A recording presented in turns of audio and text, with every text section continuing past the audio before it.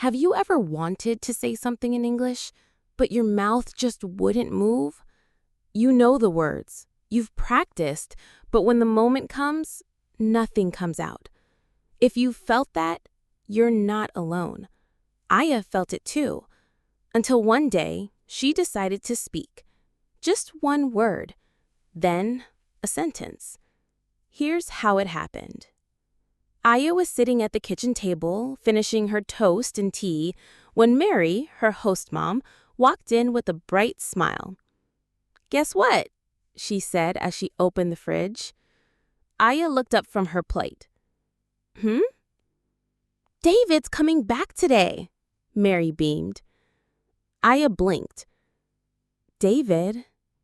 "Yes, my husband, your host dad. He's been working abroad for the last few weeks. He's flying in this afternoon." Aya felt a sudden flutter in her chest. Someone new. Someone important. Someone she had never met before. "Oh," Aya said softly. "I see. You'll love him. He's kind, funny, and super chill. But you'll see, he talks fast," she added with a laugh. Aya gave a small, nervous smile. Fast. Great. Back in her room, Aya sat on her bed with her notebook. She flipped to a fresh page and wrote in careful letters, "Meeting David today. Nervous." Then below that, "What can I say?" She listed ideas. "Nice to meet you. Welcome home. How was your trip?" Aya read each one out loud, slowly. Then again, louder. She walked to the mirror practicing expressions. "Nice to meet you.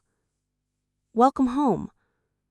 But every time she imagined actually saying them to a real person, her stomach twisted.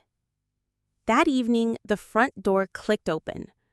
Aya heard laughter, heavy stepfoots, and a suitcase wheel scraping on the wooden floor. Mary called out, "Aya, come meet David." Aya peeked from the hallway. There he was, taller than his photo, salt and pepper hair, gentle eyes, a big brown coat. David set his bag down and looked around. "Oh, wow. This place still smells like cinnamon. You've been baking, haven't you?" Mary laughed. "Of course. I wanted you to feel at home." Then she gestured toward Aya. "This is Aya, our student from Japan."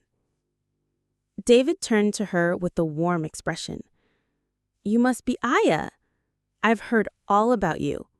Emma says you're great at drawing." Aya froze. She opened her mouth, but nothing came out.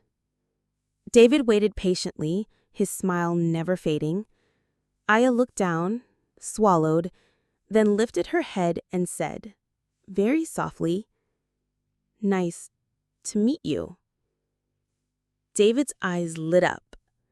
"It's very nice to meet you too."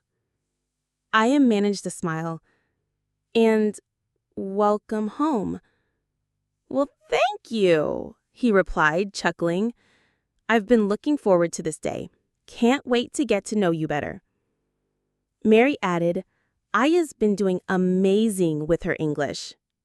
"Oh yeah? Well, Aya, feel free to talk with me anytime. I don't bite." Aya giggled. "Just a little. That helped." There was a pause, gentle, but full of possibility. Then Aya spoke again, her voice steadier this time. How was your flight?" David's eyebrows lifted with delight. "That's a great question. It was long but smooth. I had 3 movies and a nap." Aya smiled. "Sounds nice." It was, though the food, not as good as homemade. Aya laughed lightly. "I know that feeling." David leaned on the hallway wall. "So, Aya, do you like drawing?" Aya nodded. "Yes, I draw in my free time. That's awesome. What do you like to draw?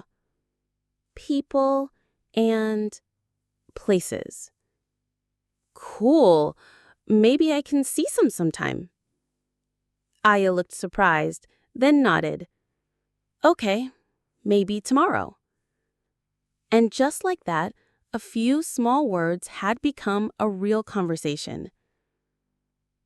Later that night, after dinner, Aya returned to her room. She wrote in her notebook, I said it. I really said it. Nice to meet you. Welcome home. Then, I was scared, but I did it.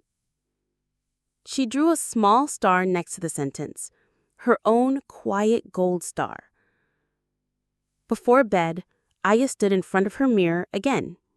She looked at herself and spoke out loud. Hi, I'm Aya. How was your trip? Did you have a long flight? Then she imagined David's answers and practiced how she'd respond. Oh, I see. That's cool. Really? I'd love to hear more. That sounds like fun. It was still awkward, but less than before. And tomorrow, she thought, she might try another sentence, maybe two. Have you ever had a moment like this, where you want to speak, but your fear stops the words? If yes, you're just like Aya. And you're also just as brave. You don't need to speak perfectly. You just need to try. So here's my question for you. What's one English sentence you wish you could say, but haven't yet? Type it in the comments, and I'll say it with you next time. And if you enjoyed Aya's journey, don't forget to subscribe. We've only just begun.